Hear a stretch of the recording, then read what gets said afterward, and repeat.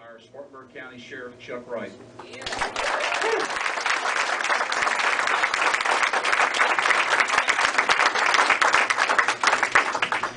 Thank you very much for the opportunity to be out here this afternoon. And I want to say this. I know one thing can make a difference on some things, but I'm going to point out my boy Shane Martin. He does a good job of asking us in law enforcement, when we have some bill come up, he always calls and he says, where do you stand on this? You know, to help us figure out the best ways to either shoot down some of those stupid things that people introduce or to help bring it forward. So Shane, I appreciate very much what you're doing, and you know, I wish all of them acted like you do, to be honest with you. Mr. Fair, I don't know you, but I hope you do. I hope you and Shane are right together. So I just wish more people would do what you do, because you do listen to your people. Federal government.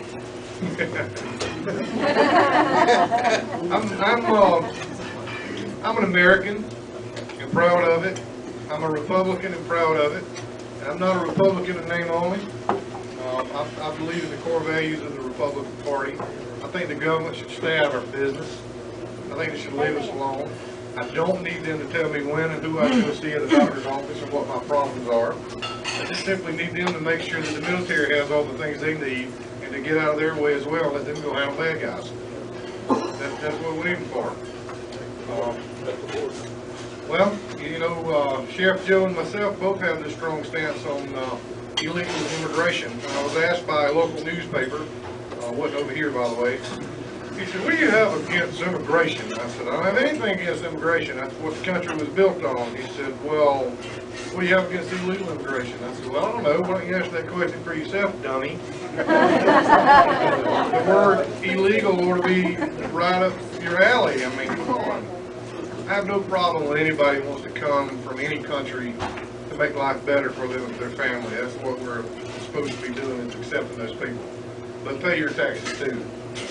That's all I want you to do, is have the same responsibility of the apple that I have to bite off of. I run a pretty tight ship over Spartanburg.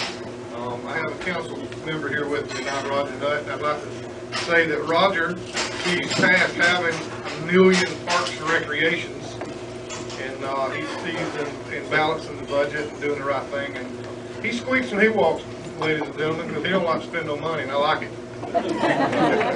Thank you, Roger. I'm very fortunate. I was given charge of the jail it was ran by another guy for 35 years, and I got charge of it last July the 2nd. We've already given back to Spartanburg County over $600,000 in cash, and we've already saved well over $1.5 million, and we haven't done it a year yet. So that'll tell you that we believe in the small stuff. We believe in taking care of the little stuff, and big stuff take care of itself. We have put the officers, when I first got there, the officers were working 12-hour days, 6 days a week. Now, you wouldn't even ask your dog to do that. You know, you got to have a break in there. So I know that causes problems at home when those kind of things happen. So what we did immediately is we hired some more people. We put some more shift people on, and now they're working 3 days on, 2 days off, 2 days on, 3 days off. And their wives like me a lot because their husbands get to come home. So, you know, we save quite a bit of money. I don't have a dollar figure, but I'm going to guesstimate around $80,000 a pay period that we get paid after 2 weeks that we've been saving just by getting all the overtime cut out in those shifts. When I first got over there, we went and talked to all the employees. We swore them in, and I told them, I said, we're going to be as nice to these people in this jail as they'll let us be. I said, and how nice we are to them is up to them. And I just told them, I said, you have to remember they have moms and dads out here that love them too. They don't agree with all they do. I said, but we're going to treat them as good as they'll let us treat them. But I also told them, I said, this is not the Comfort Inn and this is not Burger King. You're not going to get it your way here. So we just told them right up front. I had a very large gentleman walk up to me in the jail, and they know who I am. I'm in that jail. It's quieter and cleaner now, by the way. He walked up to me and he said, "Nah, Sheriff, I don't like wearing used shoes." I said, "You ever been bowling?" He said, "Yes, sir, I have." I said, "Well, it didn't bother you in the bowling alley. Why does it bother you here?" you know, we're just trying to keep it simple. I have another gentleman that down in Columbia. I'm not going to give away too many of my secrets tonight, but we have every intentions within the end of this year to introduce a chain gang bill.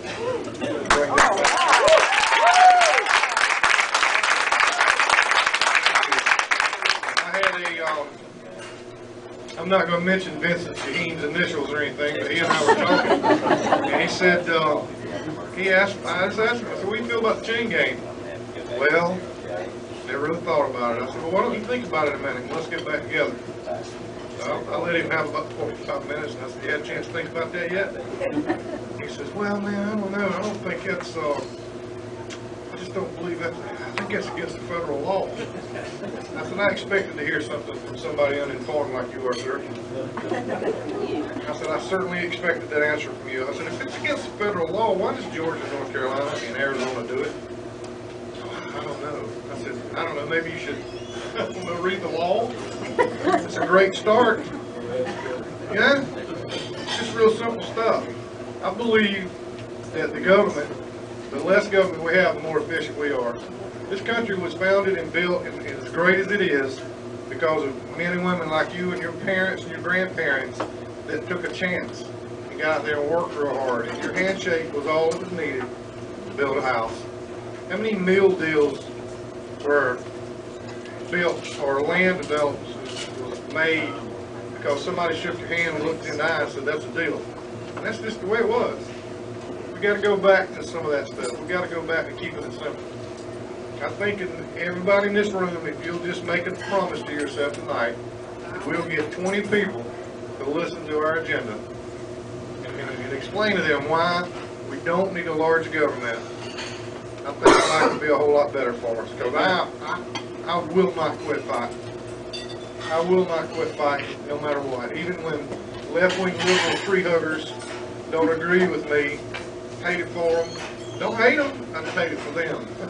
It must be sad to live in stupidity all the time, but I don't have it. In case anybody in this room doesn't know, I do believe in women having guns.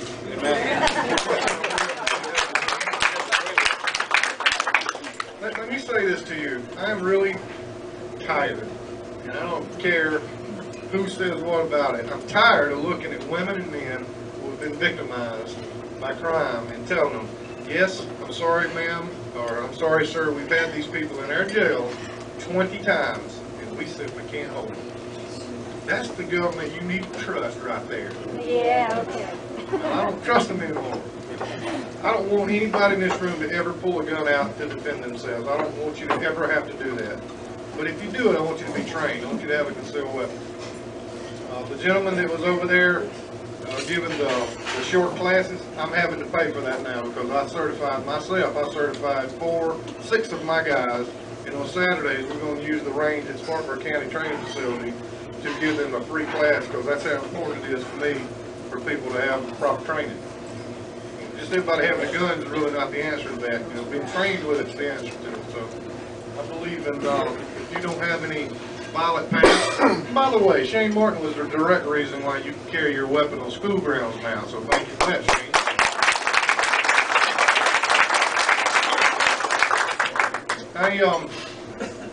I had a message sent to me, and ladies, y'all excuse me before I say this, okay? I had a message sent to me from some of our judges over there. They called, a friend of mine called me and he said, I got a message for you. So what is it? He said, the judges are angry with you talking about the system's broken, can't keep nobody in jail. And I said, can you send a message back for me? He said, yeah, I can. I said, tell him to kiss my donkey. I don't believe I use donkey. I told him, I said, if you don't want me complaining about you, you don't want me talking about you, then get off the dead blame pot and start doing something. Amen.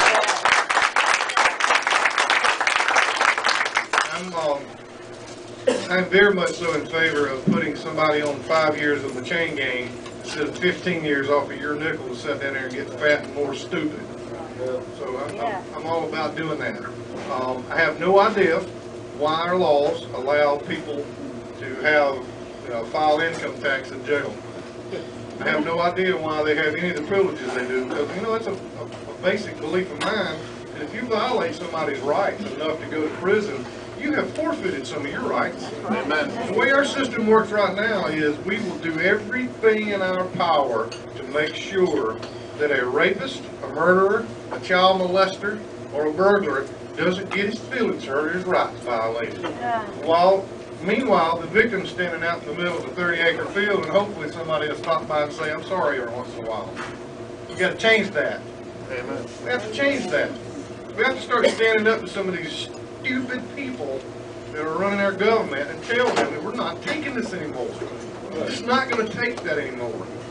And I'm going to tell you what, I want you guys that are in Columbia, if they talk about spending one nickel that's not right, I want you to kick papers off the desk and run across the desk hollering and screaming like you on fire. I don't want to compromise anymore. There you go. I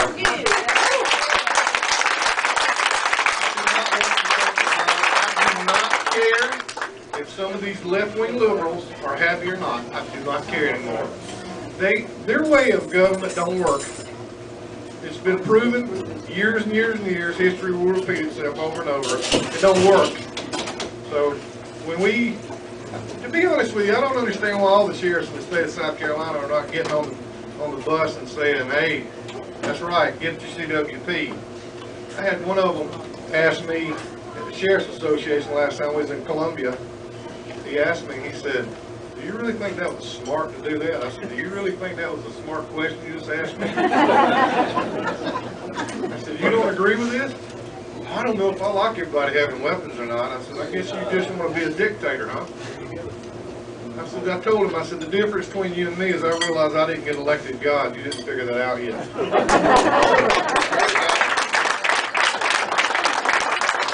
Here's what I look for in any candidate. I don't care if you're running for trash collector. What I look for in a candidate is somebody who really wants to make a difference. I don't want you to think you're betrothed in your spot. Because let me tell you something. Somebody asked me, he said, "Are you campaigning this year?" I said, "I was campaigning since 2005. I campaign every single day with the job I try to do. I campaign every day by being responsible and respectful to the people over in Spartanburg County. I don't believe that the government should differentiate if you've got $1 million because you're smart, or you have no bucks because you just had bad breaks. Law enforcement has to be equal. The system works better when there's balance, but there's not a fair balance right now. We got way too many bad guys getting all breaks. About time some of the good guys catch some, you know. I had a gentleman stand up in a meeting I was speaking at about 2 weeks ago, and he said, "We need to stop the violence." I said, "The guy in the Waffle House with the 45 stopped the violence just like that."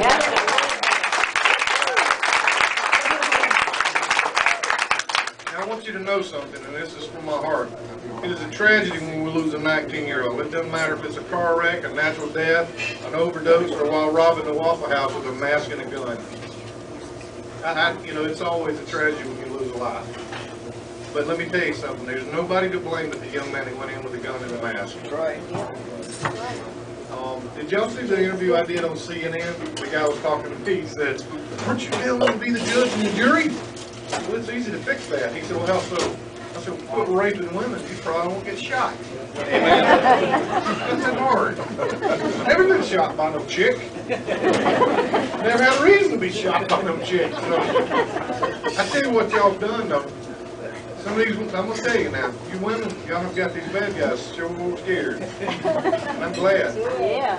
I'm glad. We are too. We had I ain't going to mention Councilman Brown's initials or anything, but he got on me pretty hard about the statement I made about concealed weapons. And, you know, I was on the NRA radio, and they asked me, was it a racist thing? I said, well, I don't know. I didn't make the statement. He did. You have to ask him. And I didn't make it at a race issue because my personal belief is the only race I recognize is the human race. There you go. The God that I worship tells me that he created all mankind in his like image. Amen. And he made a lot of different colors. So that's all I got to say about that. But I did tell him, I said, I noticed when the white gentleman was being almost killed with a crowbar and he defended his life, his heart went heavy. I noticed when the white woman was getting raped over at Milliken Park by the white guy, heart wasn't heavy. I noticed when my deputy, who was white, got shot by a black gentleman, once in the face and once in the lower back, his heart wasn't heavy enough to even make a phone call. When an African-American kid got killed over at the Waffle House, tragically, his heart got heavy. And I pointed that out to him too. So I told him, I said, I'm tired of hearing your bull crap about race.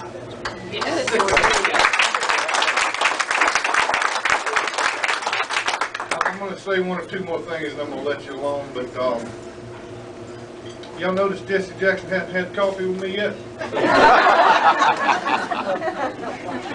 I flat told him, I said, you can come down here and do whatever you want to do.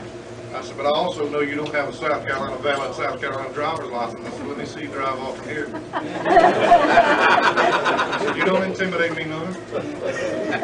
You don't bother me none. I said, you need to learn to count too, by the way. There wasn't 7 shots in the boys that we had to shoot defending our life. I said, and I'm not going to apologize for what bad guys do anymore. I'm tired of apologizing for what bad guys do, and then people want to jump on the police about what we do about it. I had a gentleman ask me the other day, I was speaking in a church, and he said, does your guys have to drive that fast after bank robbers? I said, well, it wouldn't really do us no good when he's driving 100 and we're driving 25. I don't believe we can catch him. I said, I went to Burns High School, and it don't matter what kind of math you apply to that, it's not going to work out too good. So, we're going to keep trucking over Spartanburg. We're going to keep putting it on them. We quit hugging thugs in 2005. We started looking at the victims, and we looked to see what we can do to our victims. And I appreciate very much our council members and their legislation over in Spartanburg County. They're really getting it. They really get it. They're good over there, and I hope everybody follows their lead on a lot of different issues. But let me give you this message before I take any questions. Please, don't give up the fight. I think Edmund Burke said it better than I could ever say it. I quote him. He said, the only thing tyranny needs to survive is for good men to stand around and do nothing. There's not a man or woman in this room that would stand around and watch a woman or a man get raped or robbed without trying to do something about it. Why are we letting the federal government run us over like we are? We have the power. Right. We all have the power. Sir, I'll take your question now.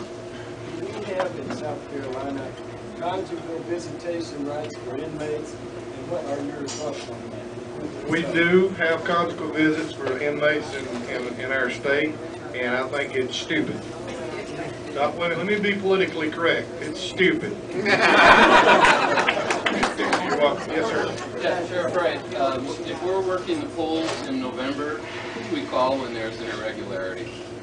I would call the election commission. If you have people over there causing problems, you should call the sheriff's department. They should get them out of the polls. But the election commission would probably be your first option on that.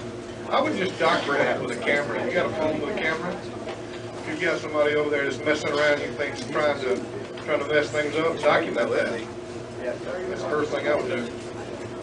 Can I tell you what my definition of political correctness is? Being politically correct is the mainstream liberal media's doctrine saying that you can pick up a piece of cow manure by the clean end. You just can't do it. I don't like politics either. Poly meaning many and ticks meaning blood-sucking parasites. I really and truly, I just try very hard. People ask me all the time, why are you successful? Well, number one, God's been real good to me. God has been very good to me and my family. I have 5 sons. 2 of them served in the United States Air Force. One's overseas right now. The other one is home. And I'm proud of our men. I'm proud of our soldiers. If you ever want to pick a fight with me, start picking on my military boys or any of the other boys. Yes, sir. Number of sheriff departments have come against federal agents. I'm just curious if you have a program for your department instructing the men of the Constitution and according to the original tenant founders and preparing them to stand against any federal agent that may come on somebody's property without proper search warrant and what's good. I don't have anything in writing about that, sir, but I'm very well prepared. The federal government kind of gets out of hand. Yes, I can do that, and I will do that.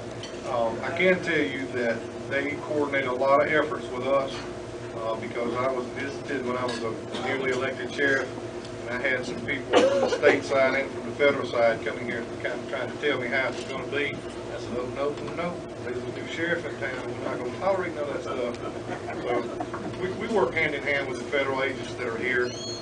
The agents that are here are really not our problem. It's the guys in Washington and some of the bigger hats are the ones that are bigger the problem. But yes, I'm prepared to do something about it. Yes, sir. Sheriff, I just want to ask you a question. As a former police officer, and it's been a long time since I've been to the police out like this.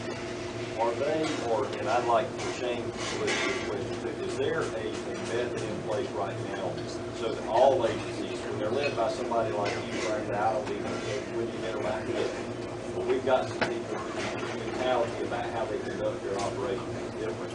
Is there a way or a instruction process down here at the academy for these young folks who are coming into this to learn to respect the Constitution of the United States as much as they respect the smaller laws that get enforced sometimes with a very pedantic, small-mindedness? We live in a small town. I have to tell this myself. We've got one guy who is the sheriff of one stop sign, and that's his wife and his daughter. And I understand it's a small team, but a lot of people with civil rights get sort of transformed in the process, like car searches going on, no problem at all.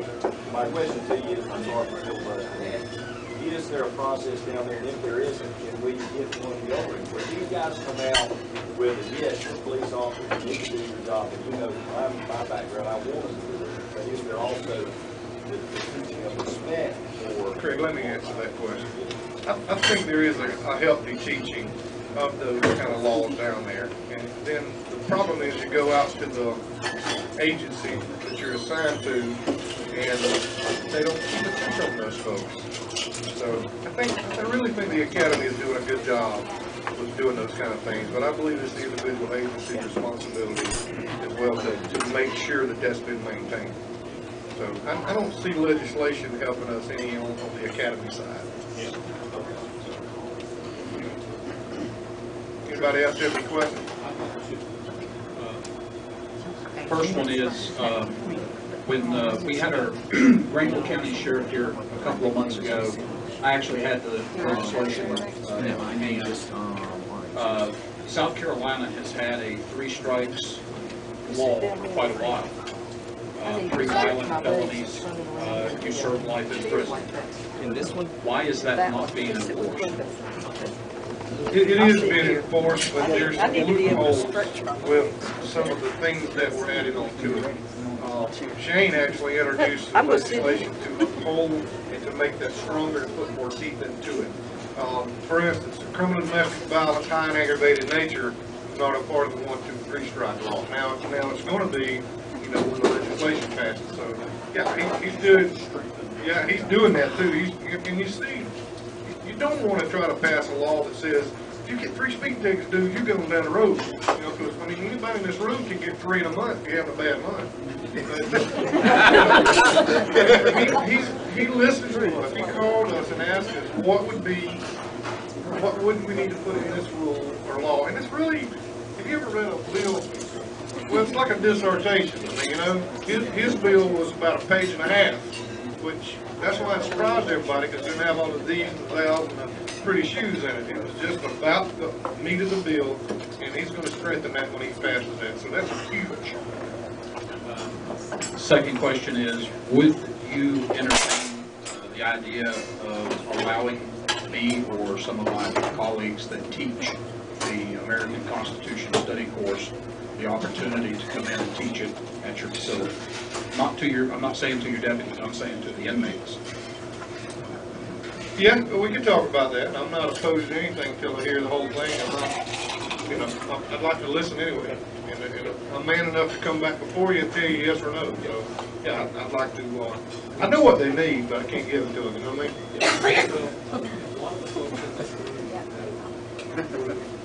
Constitution study course that I teach. There's the same course being taught in Spartanburg County and Washington, and it's 27 hours of classroom instruction. And folks, if you get through that class and you're in here, raise your hand.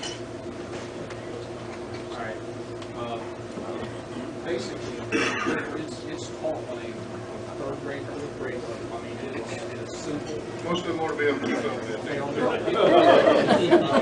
No, we got some that we can't. And there's parts of the study course that if I was, thank God I've never been, if I was an inmate and I heard it would give me a lot to think about for when I got out to be a better citizen.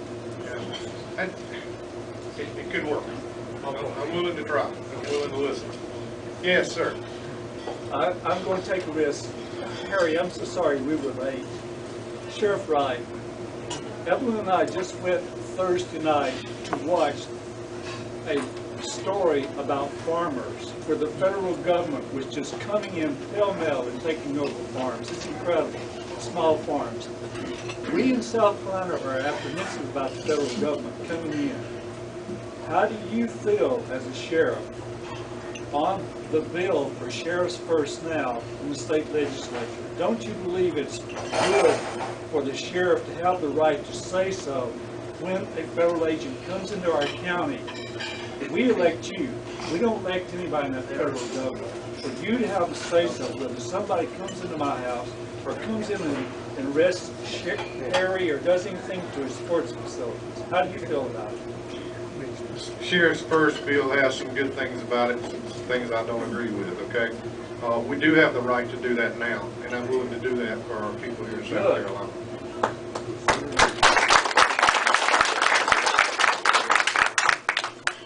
Any more questions, guys? Yes, sir.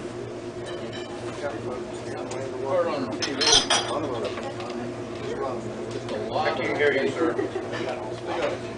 On TV, I've heard that there's a lot of cases across the country where federal officials raid the wrong house. Should they and do they coordinate with you before they do anything in your county? They do in Spartanburg County because I told them that was the only way it was going to work. I just told them, I said, we're not going to have guns being pointed at cops being pointing guns at cops. I said, because we'll shoot you over here. I just told them, I said, we got to do that.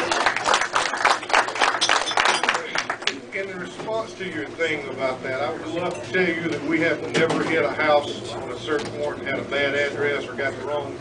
We have. I mean, it happens, but we got so many things in place in our policy, above and beyond what the law asks us to do, to verify so many things so we can stay out of the situation. But yeah, I told the federal government, I said, guys, y'all can come over here, we can do anything you want to do. I said, but we don't know about it. And I'm not asking you, we're going to know about it. You know, I don't want to get in their way. I don't want to be in their business. But I told him, I said, we work together. And he said, well, how do you work with us? I said, well, you start taking reports from all those bank robberies, you start catching all the bank robbers. He said, oh yeah, I see what's meant now. I said, yeah, I thought you might. Anybody else have any more questions? Yes, ma'am.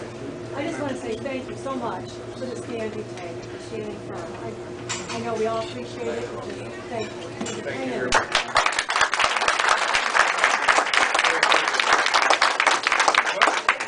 Yes, sir.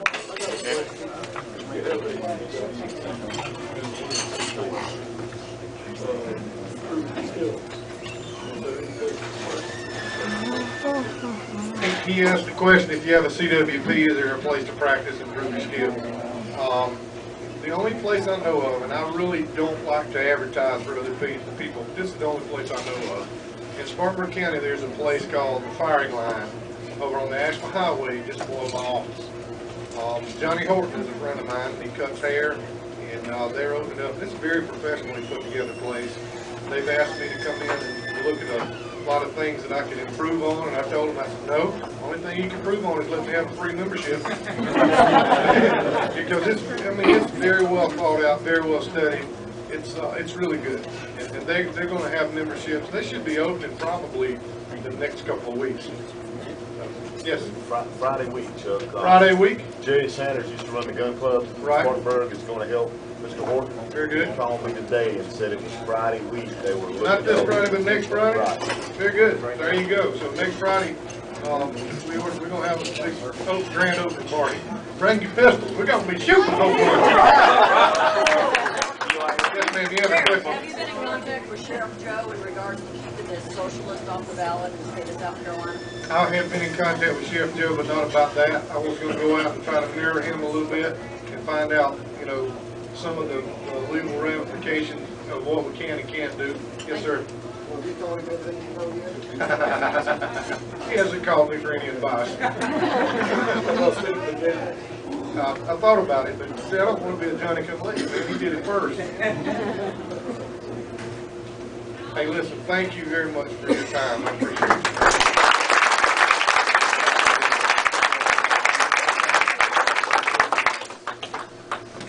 All right, there goes one of my all-time heroes right there. We appreciate you so much. All right, and we can have another round of applause.